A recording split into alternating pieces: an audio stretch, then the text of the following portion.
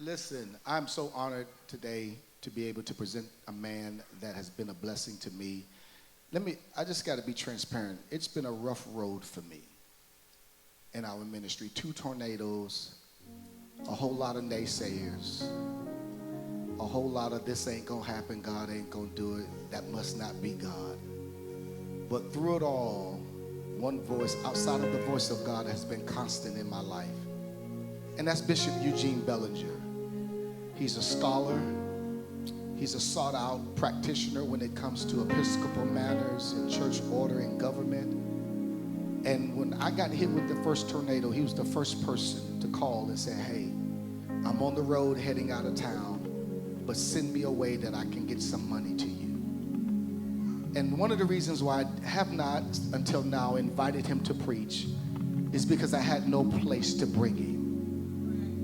We've been in transition for the last 12 years. And I didn't want to bring him to a community center because of his reputation and his brand. And so finally we had a place to call home. I had a people to lead and someone that he could bless. And I'm not asking him to come up here to hoop and holler to give you a show.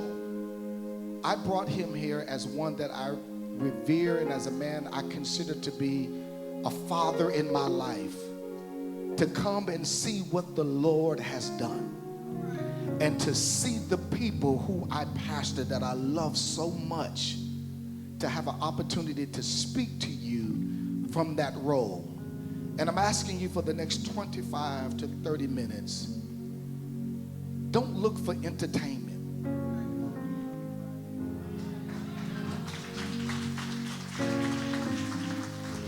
Don't look for a certain chord from the musicians to get you emotionalized. I want you to hear the wisdom and the love and the voice of God speaking through one of my mentors, a man I love so much. He brought his wife with him. Would you help me celebrate and receive by standing on your feet and putting your hands together for Bishop Eugene Bellinger.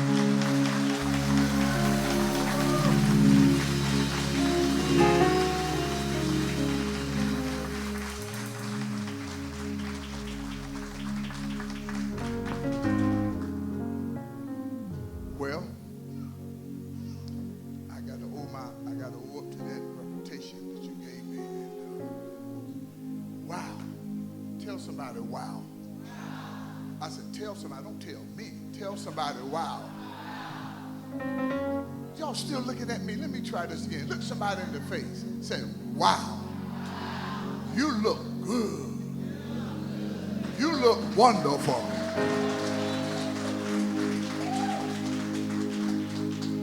All right, over in that dark corner back over there. I want everybody from the first 6 rows from the back, stand your feet and look over and say, y'all look good even in the dark. Come on, stand up, come on. Earlier I heard some Hammond organ. I'm a Hammond organ specialist. Just give me this a little bit, you know. Come on, tell us, say, y'all look good. Now listen here. I officiate basketball.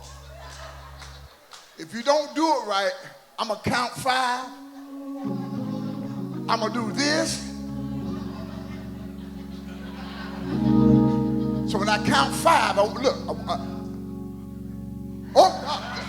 see, that's what a good coach will do. 1, 2, 3, 4. All right, stay right there. This is real church to me, y'all. Okay, the first 6 rows over here, y'all stand up.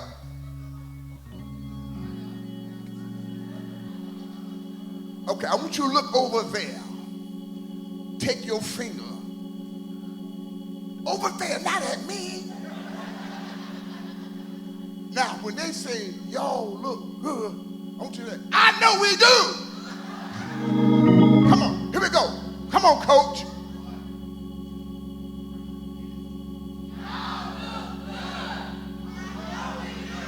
Now, hold on. I I got mamas and daddies and uncles and grandmama make more noise when I call a foul on their grandbaby. They get ready to come on the court. Let's try it one more time. Here we go.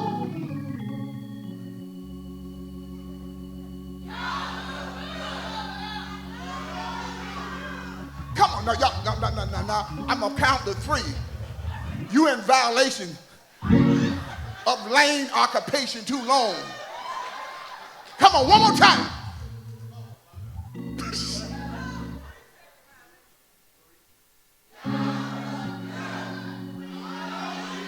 There you go, put your hands together. All right, everybody from that row up here, stand up, come on.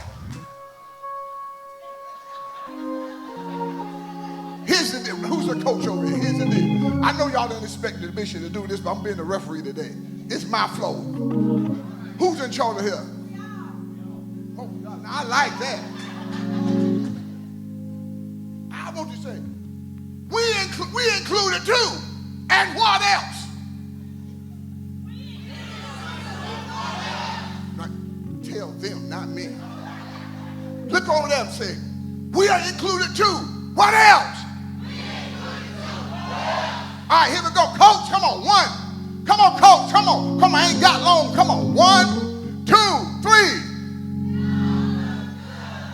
No, not them. Them. Tell them.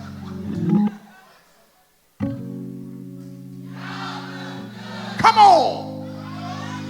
Come on. Okay. Gotta do it one more time. Because y'all sit down on me when you stay in that lane too long. You got to give up the ball. You got to have to give up the glory today. 1, 2, 3. Here we go. Now hold on. Y'all can't sit down like that on the bench. You trying to get in. I don't care because you third string. You still got to push the first string. I'm looking down the road who I'm going to call in. Here we go. There you go. Now y'all got to get some. Come on, here we go. Well, here we go.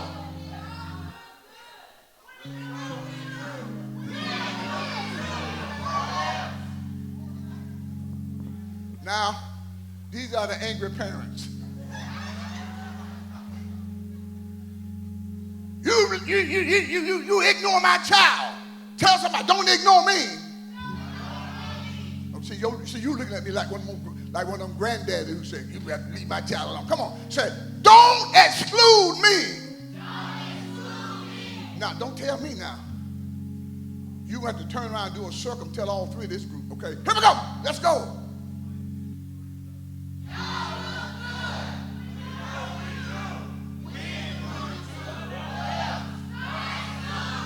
You got to stand up, baby. Now, sit down. And I got to give you a word, a 2 or 3 minute word. Everybody sit down. I'm going to point like this. When I point, you go. Hold on, you got to stand up. Come on, y'all.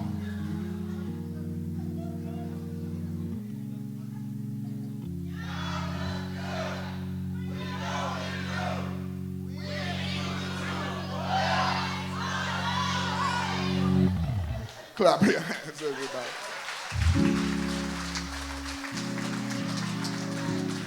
I am so honored to be here today with you all, two of the greatest people in the world, and that have such high esteem. I'm not in the business of building nobody up, making nobody feel good. I'm a clinical specialist, so part of my job is to evaluate you and your social identity disorders and your mental health, depression. So I do it pretty well. So I don't build people up. I try to get them to build themselves up. But this couple here got me out of Columbus to come here. Give me a little something. They got me out of Columbus. And I didn't realize when I said, yes, I do it, they were going right back home. We only have a 24-hour turnover to get back on the plane again, which is something I don't do. But when you got sons and daughters and friends, you do what you got to do. Now, let me tell you, I just had heart surgery. Don't say wow like that. Let's say, whoop. They say, awesome. Heart need to say awesome. Try it one more time. I just had heart surgery. So I'm here because I love what they're doing in this region.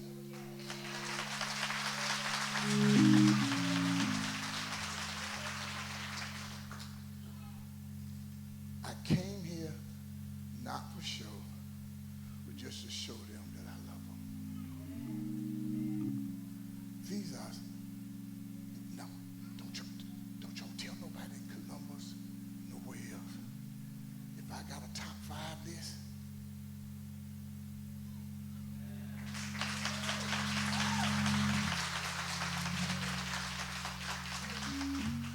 if I got a top 3 list,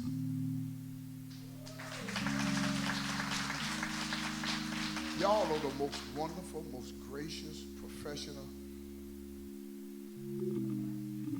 good-looking Negroes I ever seen. Now, I'm really preaching, y'all. I'm really preaching. There's a grace that's on your life that brings elegance into the presence of who God is in this season. There's an anointing. And see, every anointing not to teach you how to preach and sing. Some anointing just teach you how to be graceful. I need an anointing every now and then so I can be nice.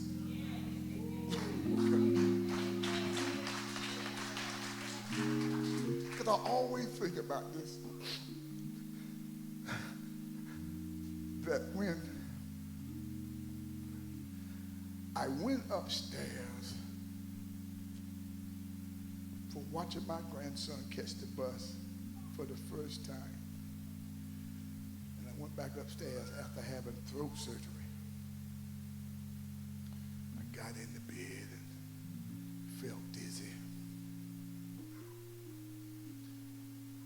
Got up, I said, I'm gonna go to the restroom. Only thing I remember is crawling off the marble floor out of the bathroom to the carpet. She was standing there calmer than God was. God got worried himself. Okay, y'all catch that later. All I know is that the MTS emergency squad was there. She was calm. And I said, Lady Evans, that I was on the other side, y'all. Trust me, when you ever had an experience on the other side, you ain't trying to get back over here. Y'all ain't hearing me. I don't care who you love. Don't y'all talking about, I love my husband. You get over there, you ain't coming back here. Okay, y'all, let me find me some people. I'm preaching now. It's in Exodus.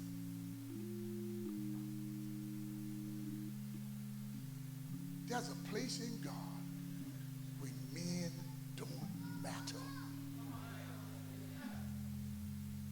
In him I live, move, and have my being. I'm a preacher. I'm a teacher. Tell this story. Just want to tell you, I'm trying to tell you where it is. You know, I got some Bible sense. Exodus 33, 17, 23. And the Lord said, behold, there's a place by me. Everybody said, God said, there's a place by him. And when you ever get out of this place into his real presence, nothing, you ain't crying to get back to mama, daddy, dog, cat, chocolate cake, hairdo, or nothing. But all I know, that God anoints our wives to take his voice on. That's prophetic. There are some people God moves out of his present tense to have people to speak a voice that sometimes we don't want to hear his voice. All I know that I came back to life, and my heart fell about 3 to 5 more times while laying, you understand, while laying in the emergency ward.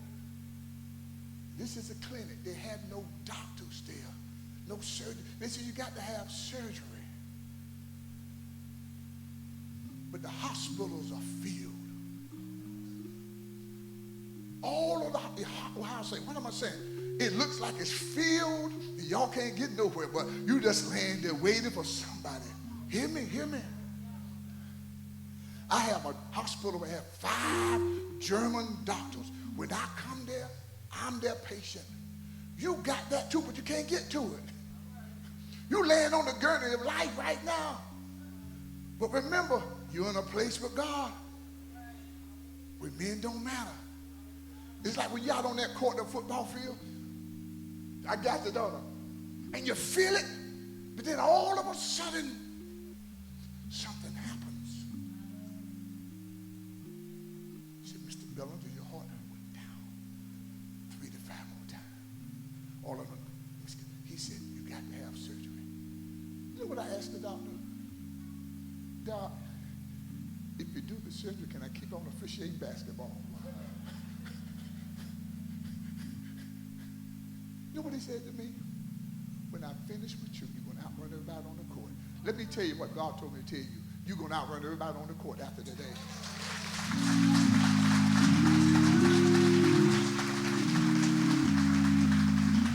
So that little chocolate girl from Durham, North Carolina, outside the county line,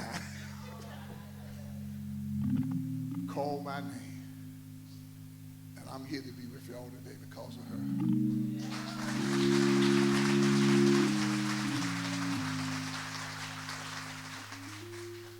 Moses is in a place where he's dealing with some crazy Negrites, and all of the others. And he's saying, God, why do you have me here? He said, listen, God, show me your glory. Sometimes we want God to show us stuff to prove himself. You better stop asking God to show you stuff to prove himself, because he's going to ask you to prove yourself for showing it to you. He said, I will make all my goodness pass before thee. I will proclaim the name of the Lord before thee. God takes him up on a mountain. He arguing with God. I want to see who you really are. Anybody ever been to the place that God, I really want you to do this? God said, no man has looked on my face. Man, that sounds good. And live. Something you don't want God to show up. Listen, I ain't ready to go. I ain't trying to rush to get to heaven. I'm filling my hopes now.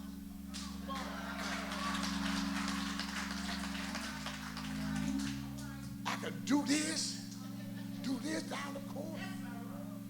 And God said, there's a place by me, and you shall stand on the rock.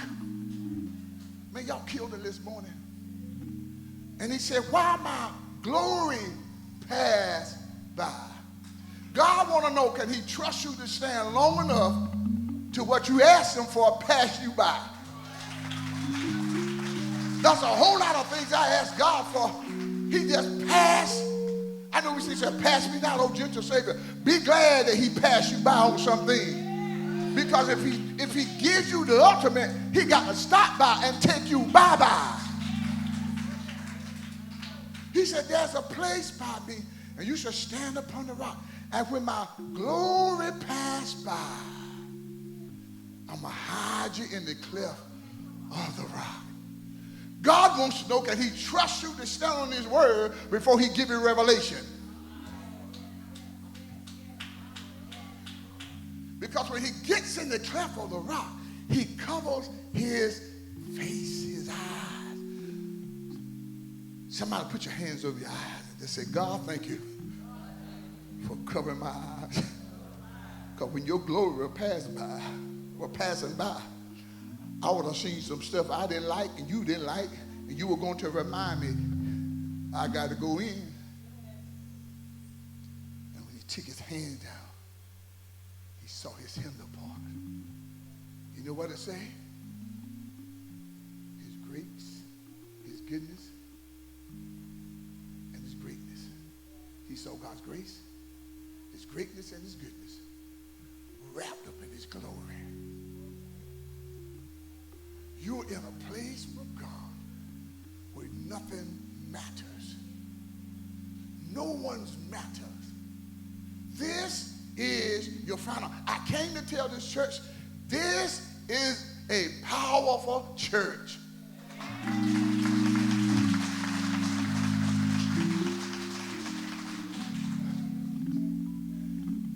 I went somewhere and had all the millennials following me. They said, yeah, we millennials, we follow you. I said, oh, yeah, you do? They said, we're about 500 strong. I was at this convocation, and they all stood, want to take pictures, scared the daylights out of me. Where the millennials in here? Then they said, call Chicago. We got them. Yeah, Bishop, you just don't know. We ain't said that. They got them in New Jersey. Let me tell you, millennial, this generation, you in the right place today. You made the right choice to be here. What's the name of this church? I didn't say just faith, but we're talking about next time I ask, what's the name of the church? Now, I want, when I do this, I got to sit down, got to catch this plane. I want, when I say, what's the name of this church, I want you to stand up and holler for your pastor and the wife and this church like your grandson, your nephew, your niece, all of them, Bobo, Boo Boo, Wee Wee, whatever his name is, just made a touchdown, just played. Yeah, we got some black folks play soccer too. And like you just glad they made it. Like you just graduated from school, they told you you weren't going to be nothing, and now they hired you as a dean. Okay, what's the name of this church? Okay, come on. You got to stand up, y'all. Sit down. Here we go. I got to watch this group right here. Listen. Hey, this group right here, I'm being serious. There's a serious anointing on y'all. Y'all sitting there like, where's he coming from? You know, is he a Q? Is he a Kappa or Sigma? Whichever one I am, I'm that. It's people like you that's changing the destiny. Okay, what's the name of this church?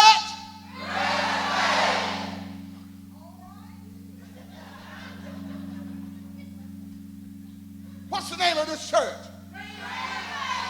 Okay, listen, I'm not playing. You got to understand what I'm doing. I don't play games in church, y'all. When I get you to sit, you're a pronouncer. You are pronouncing and announcing another glory given to come in here in the next 5 minutes. What's the name of this church?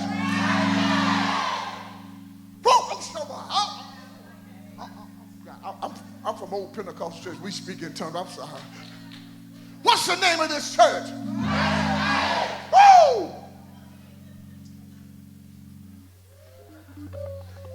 Y'all might as well don't sit back down.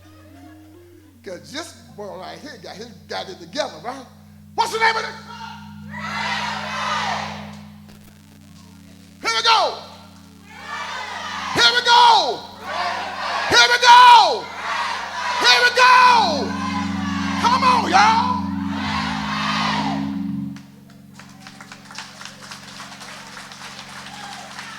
Listen, this church is in a place I ain't never seen before. I done been all over the world.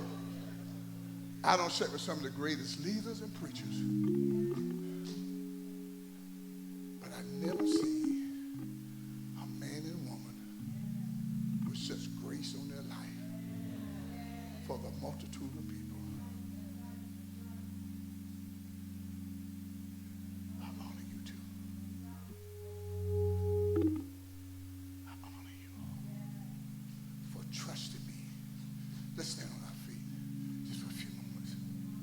Oh, man. All I needed, what kind of time we got? Give me time. Huh? About 3 minutes? I mean, I can do this in a minute and a half. That's when I'm on that basketball floor. I cut them games from an hour down to 35 minutes. I need everybody to smile. I need everybody to smile. said, this.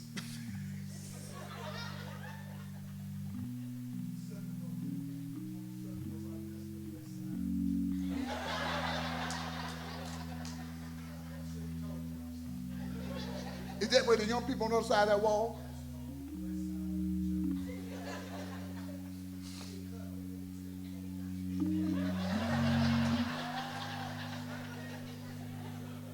Right here in the middle? Great things are happening for you all. You're in a good church. You know what I need y'all to do next Sunday? I want you to pack this place out till a fly can't get in here. I'm being serious. And I asked God the distance between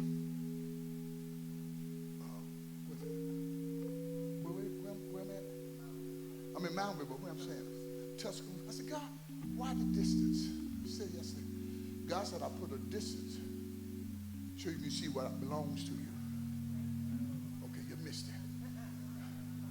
If you're in the Tuscaloosa, ain't nothing on, really. Except what you got to tear down and build back up. And God said, I want you all to know that between there and here, all that belongs to God. And God wants you to have the abundance of all of that for your life and for your ministry. So when you drive back, let that be a reminder that God put you in a place where men don't matter. And he's going to increase your life and your value.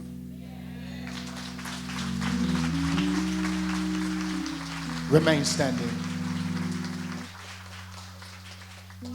Moses wanted to see God's face. And God said, I'm holy. I can't help but be holy. And Moses, you're human. And because you're human, there's sin on you. There's mistakes on you. There's mess on you. Somebody said, me too. And God told him, says, because I'm holy, you can't look at me without me judging you. And God told Moses, the best I can do is let you see my backside. Now, can I take it to the cross? When Jesus was up on the cross and he said, my God, why have thou forsaken me? It's because at that moment, God was showing Jesus his backside because your sins were on him. There's no way that God can look at us without something in between us and him. And he sent Jesus to make a way for you to have a connection with him. And because of Jesus now, our intercessor, he's not just your intercessor, he's your way maker.